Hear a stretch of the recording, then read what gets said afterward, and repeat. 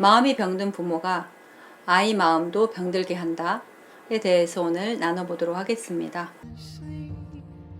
Even after death, with sureness of pride. 10대, 20대, 30대, 이제 40대, 7, 80대까지 다양한 연령대가 상담을 하러 오고 있는데요. 그 중에서도 놀랍게도 10대나 20대나 30대가 동일한 이야기를 하는 경우가 있습니다. 선생님, 저는 내 마음의 병 낫고 싶지 않아요. 왜냐하면 내가 병이 나으면 부모님이 예전으로 돌아갈 테니까요. 라는 말들을 하는 경우가 있는데, 놀랍게도 그런 고백들을 10대도 20대도 30대도 동일하게 하는 경우가 있습니다. 30대인 경우에도 선생님, 우리 부모님이 내가 우울증에 걸려서야, 우울증 진단을 받고 나서야, 그때 처음 아버지가 날 안아줬고, 그때부터 처음으로 내 말을 들어주기 시작했고, 그때부터 나에게 친절하고 호혜적이고 관심을 갖기 시작하는데, 내가 우울증이 다 나버리면 엄마 아빠는 예전처럼 나한테 무관심할 거고, 다른 형제들처럼 나를 비교할 거고, 기대할 거고, 요구할 거고, 경제적으로 독립해라, 또 결혼을 해라, 가정을 이뤄라, 또 이걸 해라, 저걸 해라. 예전처럼 나한테 요구만 할 거고, 비교만 할 거고, 나무라기만 할 텐데, 저는 그런 부모님을 다시 만나고 싶지 않다고. 차라리 우울증에 걸린 채로 지내더라도 지금처럼 나한테 관심을 가져주는 부모가 훨씬 더 좋다라고 해서 본인의 이런 치료, 회복을 거부하게 되는 경우가 간혹 있습니다. 10대, 20대도 마찬가지입니다. 선생님, 제가 좋아지면 우리 엄마 아빠가 또 학원 가라, 또 유학 가라, 또 좋은 대학 가라, 또 이런 좋은 직장 가야 된다, 이런 요구를 할 거고, 계속적으로 구속하고 통제하고 간섭하고, 그리고 내가 잘하면 더 잘하게 기대하고 이럴 건데, 내가 좋아지고 싶지 않아요. 그래서 지금 폭식도 거식도, 형제가 오는데 큰아이는 폭식, 작은아이인 거식. 첫째 폭식해서 부모님께 혼나는 거 보고 나는 그러지 말아야지 하고 조심하다가 거식이 돼버린 이런 폭식증, 거식증 형제자매. 그래서 좋아지고 싶지 않다. 부모님은 당연히 좋아지면 유학 보내야죠. 공부해야죠. 대한민국 사회에서 살아가고 커야 되는데 좋은 직장 가야죠. 당연히 좋아지면 빨리 낫게 해서 이 아이들이 대한민국 사회에서 잘 살아갈 수 있게끔 학력, 경력 할 수 있게끔 밀어줘야죠. 당연하죠. 하다 보니까 부모를 너무 잘 알고 있는 아이들, 그래서 오히려 아이들이 치료받고 건강해지기를 심리적으로 거부하고 있고, 왜? 다시 돌아갈 예전의 부모의 모습들이 날 얼마나 힘들게 했는지 아이들은 너무 잘 기억하고 있기 때문에 건강하게, 그리고 성장할 수 있게끔 자기 자신에게 기회를 주는 것들, 치료의 기회, 회복의 기회를 심리적으로 거부하는 경우가 상당히 있습니다. 그러다 보니까 이런 이유는 대부분 부모가 마음이 병들었기 때문입니다.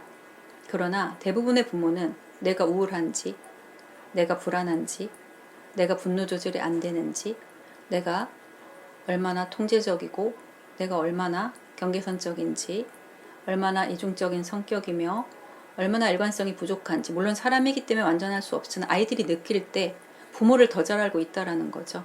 그러나 부모는 나만 아이를 안다라고 생각을 하고, 내가 생각하는 아이만이 전부라고 생각을 해서 아이에 대해서 정말 아이가 건강한 삶을 살 수 있는 판단과 노력을 해주지 않으며 자기 문제를 해결하지 못한 부모, 자기의 마음의 병듦을 인정하지 못하는 부모, 치료할 생각은 더더군다나 하지 않는 부모, 아이만 잘 되면 된다, 아이만 치료하면 된다, 아이만 좋아지면 나는 괜찮다, 나는 아무 문제가 없다, 나는 좋은 부모다, 나는 아이를 위해 최선을 다했다. 그런데 아이가 왜 아프냐, 왜 안 좋으냐, 아이만 치료해달라, 이렇게 이야기를 하는 경우가 많이 있어서 자기 자신을 모르는 부모, 자기 자신의 마음의 병듦을 인정하지 못하는 부모, 자기 자신을 치료하지 못하는 부모로 인해서 아이들은 건강해질 기회, 치료받을 수 있는 기회, 그리고 아이들이 치료를 받고 마음이 건강해져서 자해도 안 하고 자살도 안 하고 우울증도 회복되고 폭식 거식에서도 벗어난 상태인데도 불구하고 다시 재발하거나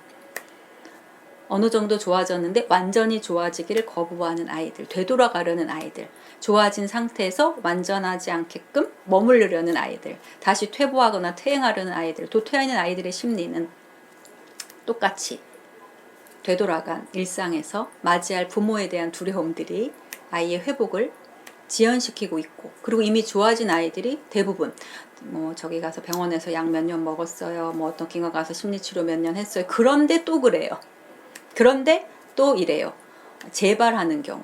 물론 여러 가지 환경적, 상황적 요인들이 있어서 병이 나았다가도 재발을 할 수가 있고 또 완치가 안 될 수도 있으나, 신체적인 질병처럼 마음의 질병도 완전히 좋아질 수도 있고 어느 정도 좋아질 수도 있고, 좋아졌다가 신체적 질병처럼 재발할 수도 있습니다. 그러나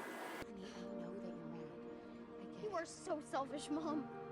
You are so selfish and it frigging sucks. So disappointed! You never! Never! You hate women. And no matter how much you sing that old time church music, God doesn't seem interested in helping you out fast. 여러 가지 요인 중에서도 마음이 병든 부모, 자신의 마음의 병듦, 정신적인 질병을 인정하지 못하는 부모, 더더군다나 자신의 정신적, 심리적 이런 트라우마나 스트레스, 자신의 이런 정신적 문제를 인정하지 못하고 전혀 치료할 생각을 하지 않는 부모로 인해서 아이들이 회복되었다가도 재발하거나, 그리고 완치될 수 있음에도 불구하고 어느 정도만 좋아지거나 혹은 계속 더디게 호전되는 이유 중에 하나는 병든 부모, 마음이 병든 부모, 생각이 병든 부모, 그리고 자신을 제대로 돌아보고 알아보고, 자신도 부모이지만 한 사람으로서 치료와 또 회복이 필요할 수 있다라는 부분에 대해서 용기 있게 자신을 돌아보지 못하는 미숙한 부모의 모습들이 틀린 건 아니지만 아이의 성장과 치료, 발달, 건강한 삶을 누릴 수 있는 기회를, 부모의 병듦이, 마음과 생각의 병듦이 매우 우리 아이를 내가 목숨 걸고 사랑하고 잘되고 행복하기를 바라는 내 아이가 오히려 내가 아이의 발목을 잡고 있다라는 것들, 아이의 인생에 있어서 성장과 회복과 치료의 기회를 내가 막고 있다라는 부분들을 살펴보실 필요가 있을 것 같습니다.